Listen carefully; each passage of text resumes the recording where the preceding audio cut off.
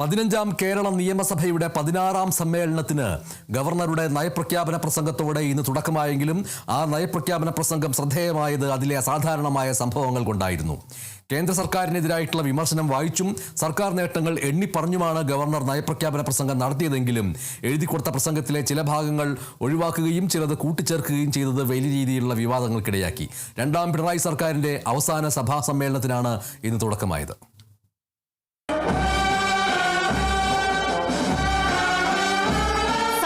സർക്കാരിന്റെ നേട്ടങ്ങൾ എണ്ണിപ്പറഞ്ഞും കേന്ദ്ര സർക്കാരിനെ പഴിച്ചും ഗവർണറുടെ നയപ്രഖ്യാപന പ്രസംഗം.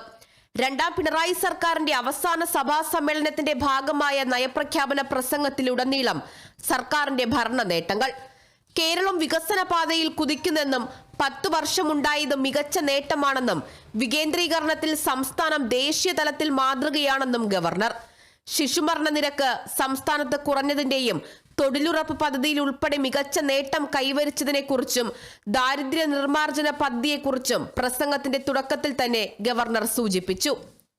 Kerala enters this year a decisive moment in its development journey. Over the past decade, the state has consolidated its position as one of India's most socially advanced and institutionally robust states.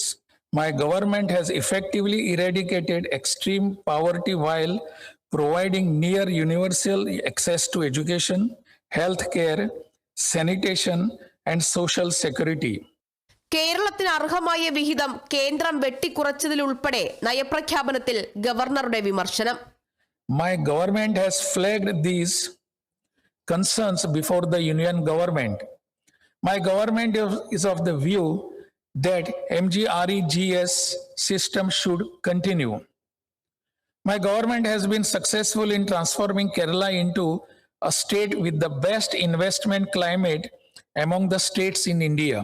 സഭ ഇന്നത്തേക്ക് പിരിഞ്ഞു. അന്തരിച്ച പ്രമുഖർക്കും മുൻ നിയമസഭാംഗങ്ങൾക്കുമുള്ള ചരമോപചാരത്തോടെ നാളെ സഭ വീണ്ടും തുടരും. നയപ്രഖ്യാപനത്തിനുള്ള നന്ദിപ്രമേയ ചർച്ച 22-ന് നടക്കും. രണ്ടാം പിണറായി സർക്കാരിലെ അവസാനത്തെയും തന്റെ 6ാമത്തെയും ബജറ്റ് ധനമന്ത്രി KN ബാലഗോപാൽ 29-ന് അവതരിപ്പിക്കും. Kerala vision news, Thiruvananthapuram.